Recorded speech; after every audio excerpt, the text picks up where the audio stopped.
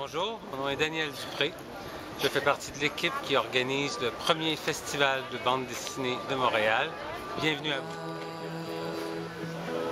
La lune est libre, je crois, qui rayonne au-dessus. Rayonne au-dessus de toi. La lune est libre, il y a plus de flux de sable et là, les particules ne voient pas. C'est pas grave, ça reviendra. Et quand elle est plongée dans la froide obscurité, donne l'impression qu'elle se noie. Mais vite reviendra.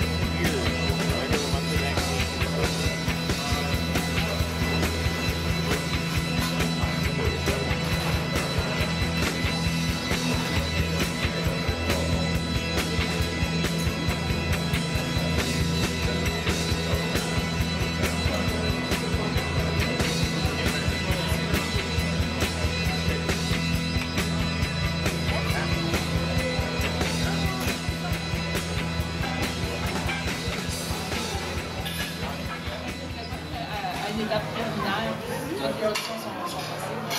Un peu comme Michel dit, on va falloir confier aux équipes avec lesquelles on va travailler et espérer que leur idée mettre de l'avant le scénario et l'essence de la série, tout en gardant le ton.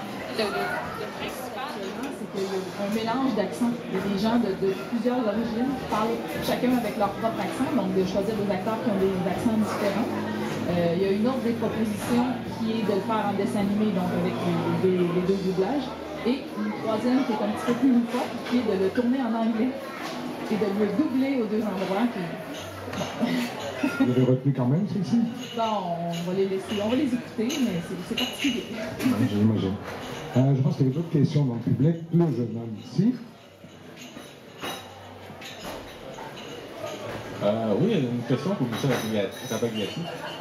Peut-être technique, mais au dessin animé, étant donné que les bandes dessinées sont en noir et blanc, est-ce que tu as pensé que filmer en couleur ou filmer en noir et blanc, ça a une différence? On a regardé ça, c'est sûr que les BD sont en noir et blanc avec des tons gris. Qu'est-ce qu'on fait avec ça au cinéma?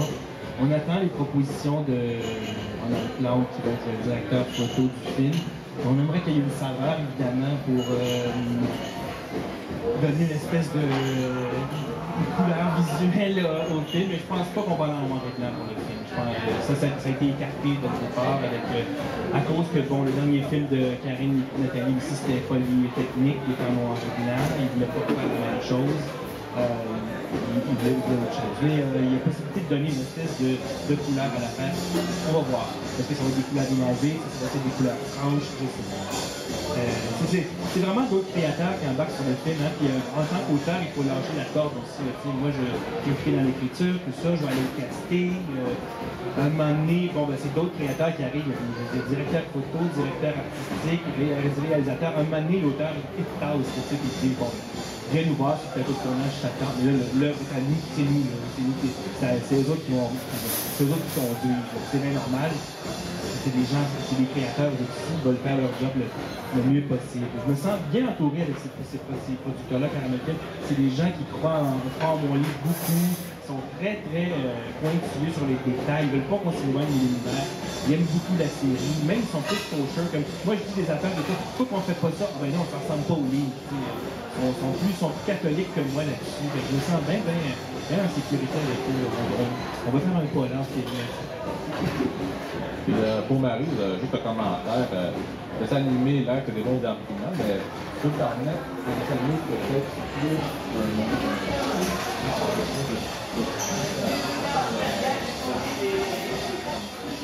l'évolution de la BD comme moi au Québec. Et en fait, on est très, très heureux, les gens du comité, d'avoir pu avoir ce succès-là aujourd'hui et que c'est un public maintenant. On le prouve encore ce soir. La dernière activité, donc, c'est une expo-vente de planches originales. J'espère que vous avez tous eu le temps de consulter ces planches-là qui ont été exposées devant vous. Et l'exposition était prévue jusqu'au 16, si ma mémoire est bonne. Donc, on va garder les planches jusqu'à la date qui était prévue. L'encan va commencer dans quelques minutes et je vais vous présenter le magnifique jeune homme qui est là, s'appelle Gilles Lapin, et c'est lui l'encanteur vedette. Avant tout, je voudrais adresser à mon tour de mes plus sincères félicitations au comité organisateur du premier festival de bande dessinée de Montréal. Bonjour, monsieur, dames, bienvenue à cette activité de clôture. Mon nom est Gilles Laporte, je suis BDiste à la retraite. Mon rôle, effectivement, va consister essentiellement à mettre en valeur les planches qui sont mises en vente et à attirer votre attention sur le grand potentiel commercial que revêt chacune de ces œuvres d'art. Dans un premier temps, je voudrais d'abord m'adresser à un public peu familier avec les encans, et à plus forte raison des encans de bande dessinée.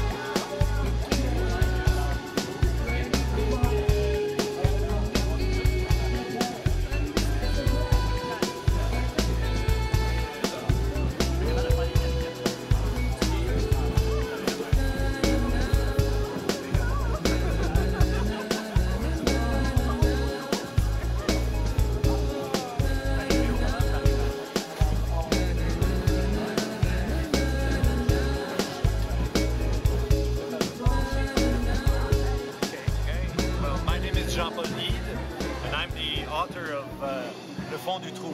It's the story of Jérôme Bigras, and there's a hole in the book. So the hole is part of the story, and the characters can go through it and can communicate with the other pages, with themselves on the other pages. So it's some kind of a time machine. That's it. Where'd you get the idea from? Well, I worked in that field for a couple of years. I used to time travel? In time travel? No, working on the medium, you know, on the 3D of the pages, and I worked at the Gros magazine. Okay. It was a well-known humoristic magazine in Quebec during the 80s and 90s, and I used to work with all kind of gadgets like pages upside down, and pages that you can see through the light, and devices, and that's it. Okay. It's part of my work. Right. So almost like puzzle books sometimes. It can be, yes, some kind of puzzle. But the challenge of this one it's because it's an old story. I used to do only stories with 2 or 3 pages. So every month I can start back at the at the beginning. That's it. But this one, because of the hole, I had to do the whole story. It was very challenging. Well, good luck. Thank you.